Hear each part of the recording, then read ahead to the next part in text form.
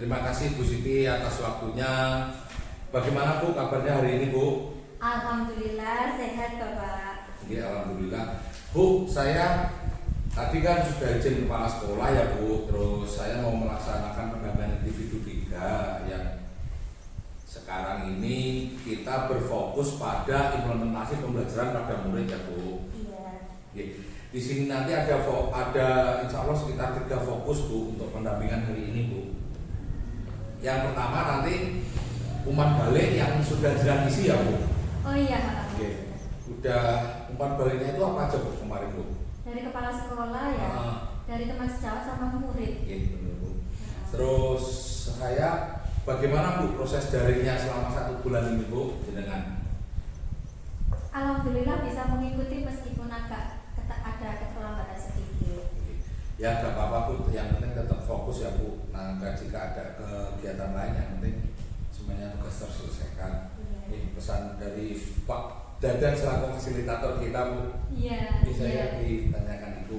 Iya. Bu, terus sekarang saya mengapresiasi dan terima kasih dengan manajemen waktu Ibu yang serumit itu. Akhirnya Ibu yang bisa menyelesaikan tugas juga sampai saat ini. Dan saya selaku PP-nya Jenderal berharap Ibu selalu menyelesaikan tugas. Oke, kalau bisa jangan terlambat waktu, bantu aja ya Bu. Iya. Saya usahakan. Siap Bu, sekarang untuk ke bagian inti ya Bu, saya akan menanyakan refleksi hasil survei umpan balik 360 derajat Bu dan asesmen mandiri tentang kompetensi guru penggerak. Yang pertama Bu, berdasarkan hasil feedback 360 derajat dan asesmen kompetensi guru penggerak, apa saja yang menurut jenengan kurang baik dan perlu ditingkatkan menurut responden? Nanti tolong jenengan jelaskan menurut responden masing-masing ya Bu, ya kepala sekolah, terus rekan sejawat dan murid. Mungkin kalau rekan sejawat sama murid itu diberi 3-3 atau 2-2 atau semuanya dirangkum jadi satu, nggak apa-apa Bu. Oh gitu. Oke, silakan Bu. Kalau ini saya rangkum saja ya Bapak. Iya. Jadi untuk responden dari kepala sekolah itu yang perlu saya perbaiki pada evaluasi ketercapaian tujuan pembelajaran.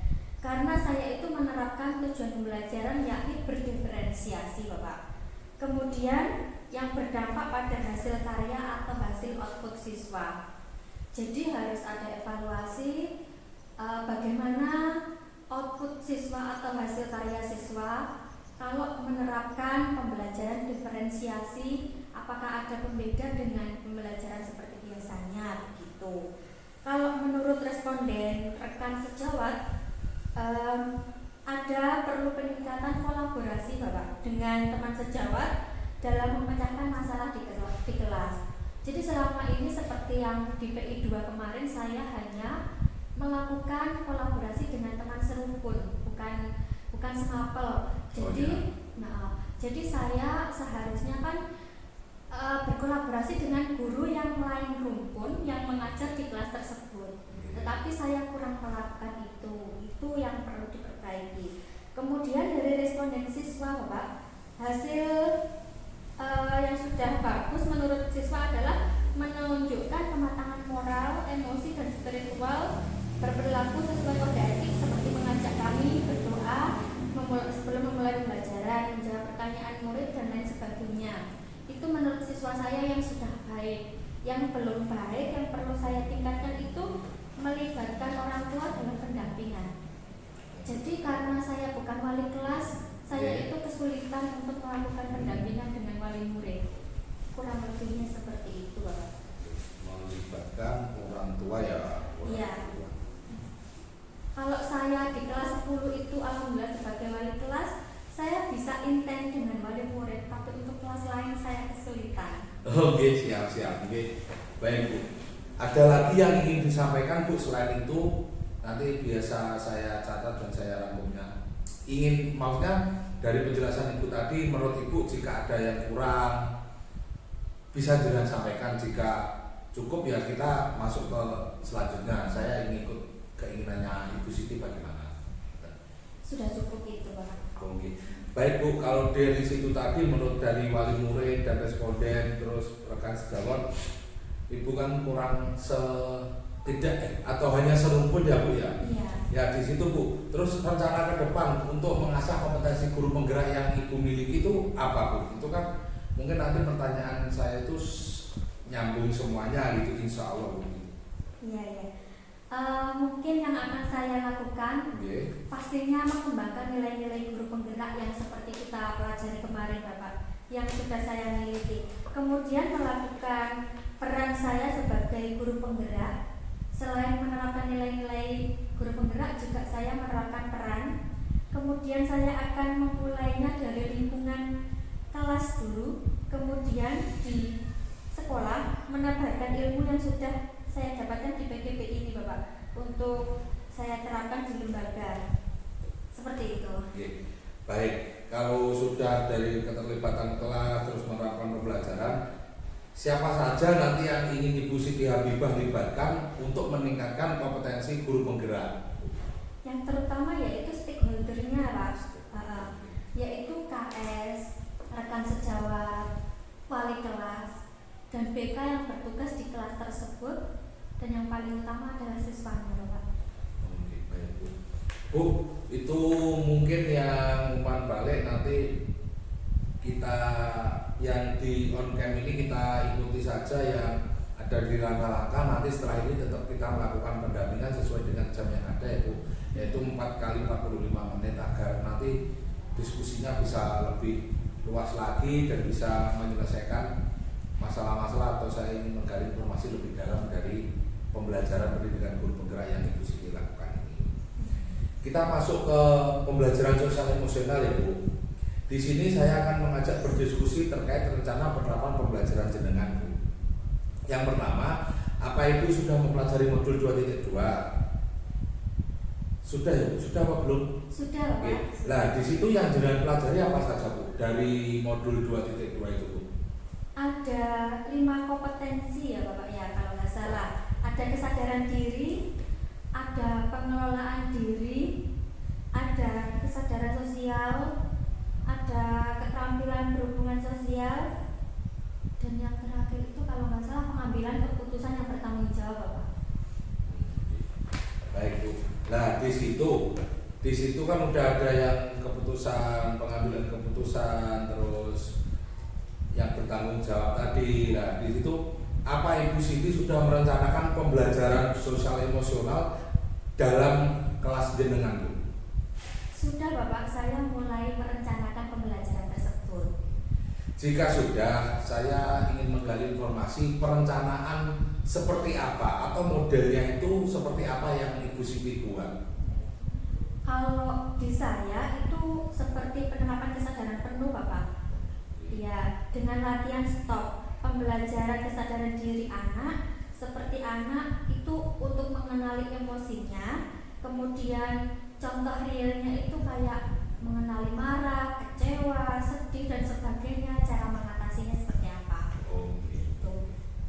Ada lagi Bu dari penjelasan teori stopnya yang lebih panjang atau bagaimana?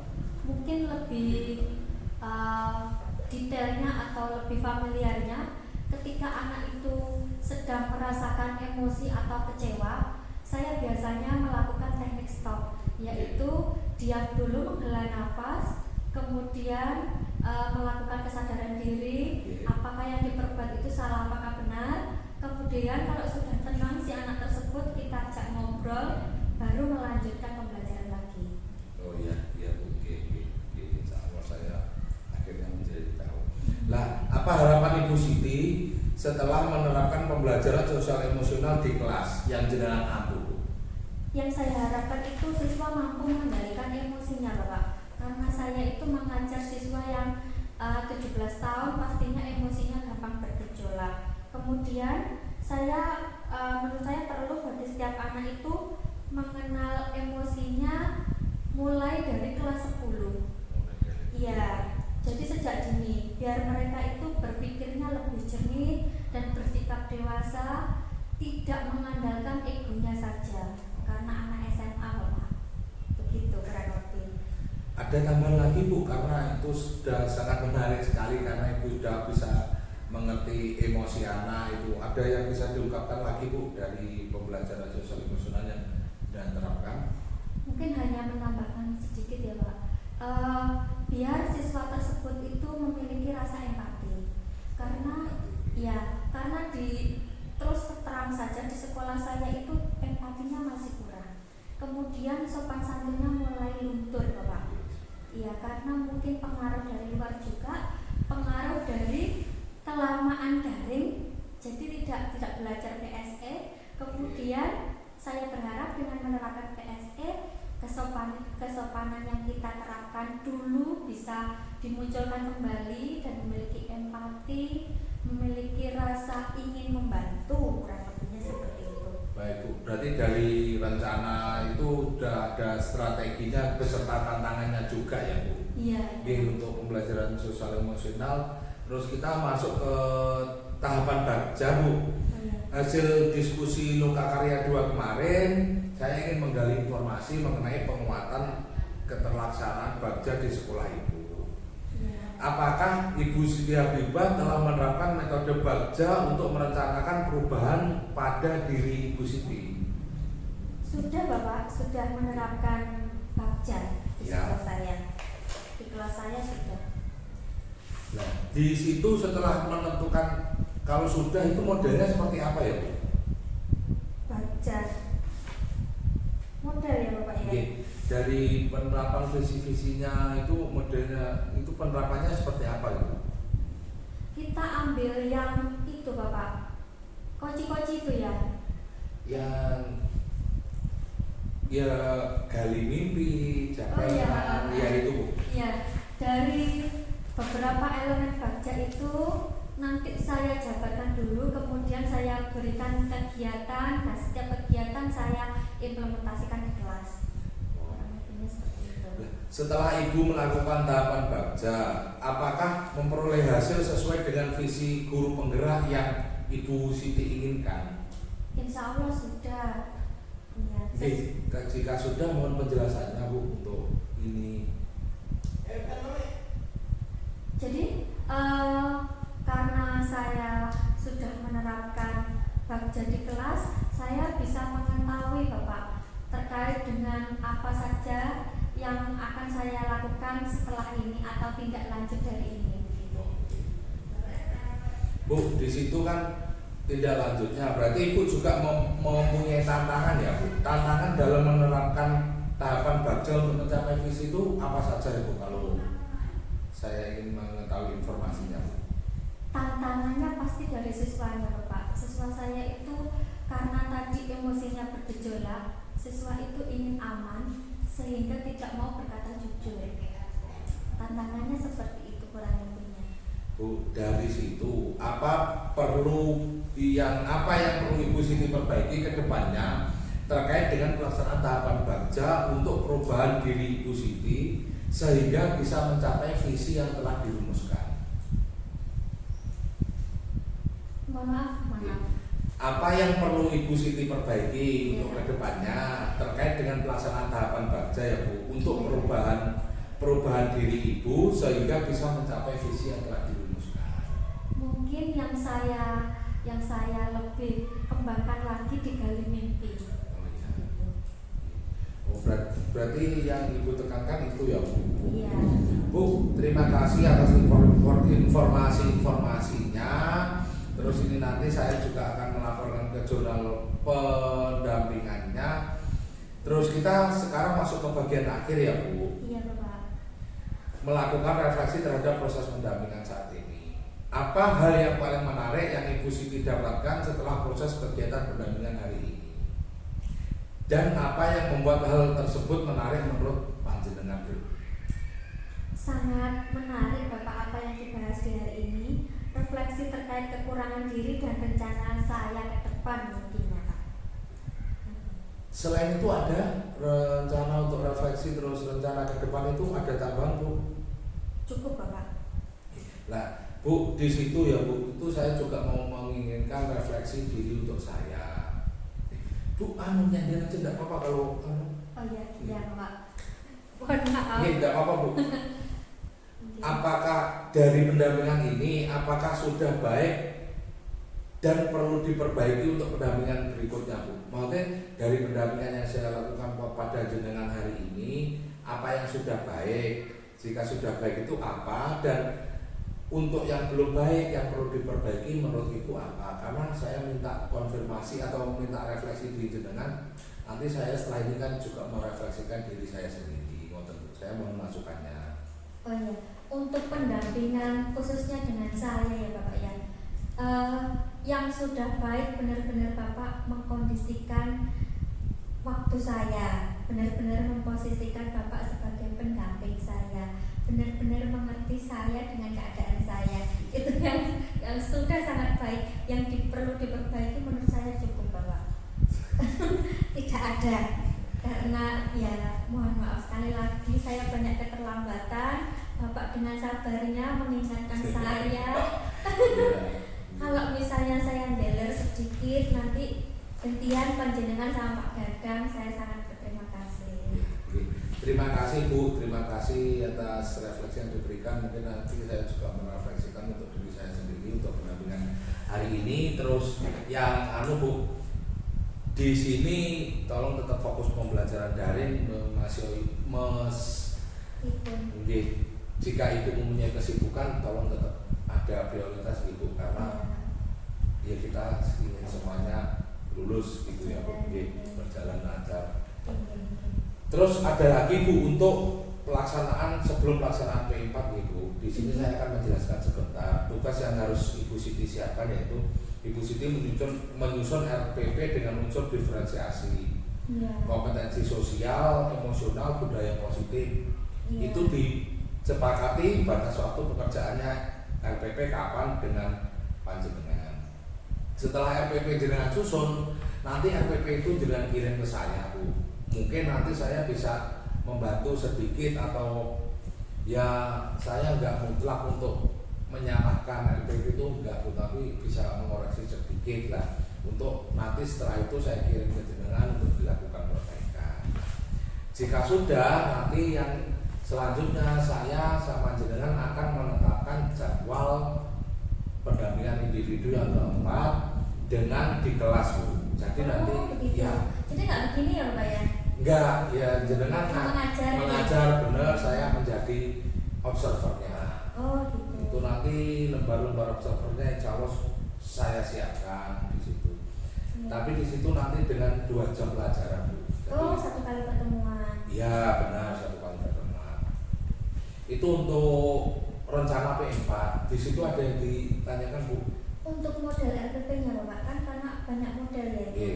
Apakah ada perlu lampiran-lampiran khusus yang banyak seperti yang dulu-dulu, ataukah cukup 1 lembar, ataukah dengan RPP model terbaru itu?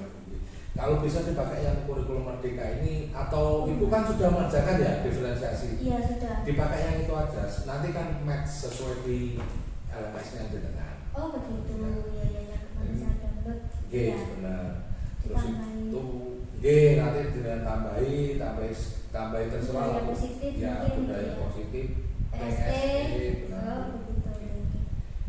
Ya itu informasi saja. Terus nanti jika ada pembelajaran daring yang ingin diketahui fasilitator, dengan bilang ke saya Bu, nanti saya masukkan ke jurnal komunikasi. Nah setelah ini saya juga akan mengisi jurnal pendampingan yang panjenengan, mengisi daftar hadir dan rencana pendampingan selanjutnya. Terus sama sepertinya P3 ada penilaian. Saya kira untuk informasi ini sesuai langkah-langkah yang ada di sini kita sudah cukup. Setelah itu kita menanyakan yang di off air-nya aja ya Bu, nanti tanya jawab biar lebih enak gitu. Ya terima kasih Bu. Semoga sehat selalu Bu untuk kehamilannya. Mohon maaf. Terima kasih. Iya Pak.